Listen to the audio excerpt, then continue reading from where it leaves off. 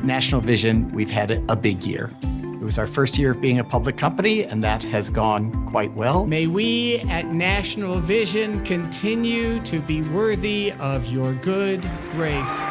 You know, it's funny. The bottom line is not something that I think we worry about much. But really what's most important is we improved the customer experience. I love hearing stories from our store managers and associates when there's just been a positive moment that's just sort of brightened up their day. It happens because the people that choose to be part of our team are people who care about other people. To put it in the simplest terms, Marley has a light that's different than anything I've ever seen. And to see her be able to shine that light and make changes and impressions on people's life like Ronnie and Ashley, it too is priceless. Every time Marley comes in just makes it a great day. Ashley is very nice, and she'll always play tag. She always comes in with a smile and hugs and says hello to everybody and wants to color pictures. She was born without the part of her brain that gives her balance, and her eyes were crossed, so she's had a lot of surgeries for that, and having the glasses helps those eyes stay. It's a relief to know that we're not gonna have to go back and have another surgery.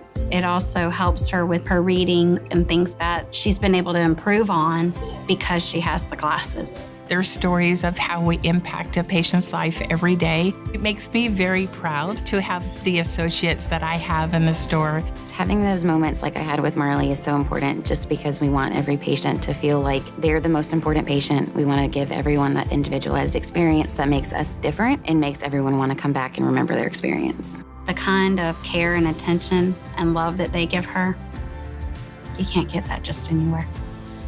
It's unforgettable. And it definitely helps me know I made some very great decisions in her being here. Sometimes we provide a person with an eye exam and a pair of glasses, or an eye exam and contact lenses. And sometimes we save a life. You know, the first thing I remember about Keith was he's just a real normal guy, just came in to get his eyes examined. Nothing really in particular bothered him, though. My first reaction when I first saw Keith's eyes was, oh my God, and I said, this is not good.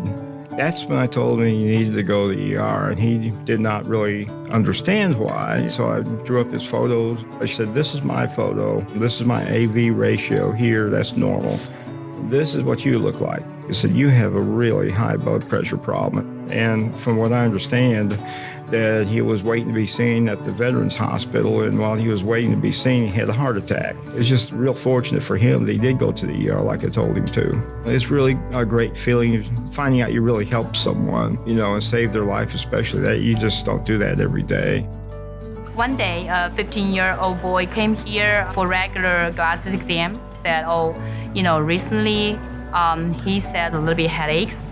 I think maybe the frames is too narrow. Maybe the frame squeezed his head too much. After we checked the vision is perfect. Prescription just changed a little bit. But when I look at the nerve looks very swollen. Normally swollen nerve is because brain pressure was too high. So that's kind of the window to the brain. The eye is very unique. So I send them to the emergency room. I love my patient. Every single patient come here. It's very important because, you know, that's our job. That's the job created for, right? You take care of them. Often the connection, often the joy takes place in just a simple moment. Tim and I met in August of 2017. He came in for an eye exam, and I asked him when his last eye exam was, and he said it was in 2010 before my son was killed in action. He was in the Marine Corps in Operation Enduring Freedom. At the end of the exam, I told him that my son was entering into the late entry program for the Marine Corps. He was 17. At that point, after the exam, Tim got up and he removed the ever so familiar chain from around his neck that contained his son's dog tags. And he says, I want you to give these to your son. He will have a guardian angel.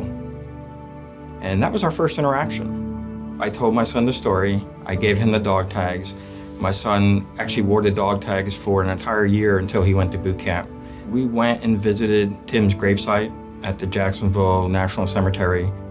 As a parent with a son in boot camp, it definitely makes you realize what kind of danger they may be in, but I also have support from Tim. We will have a bond that will never go away.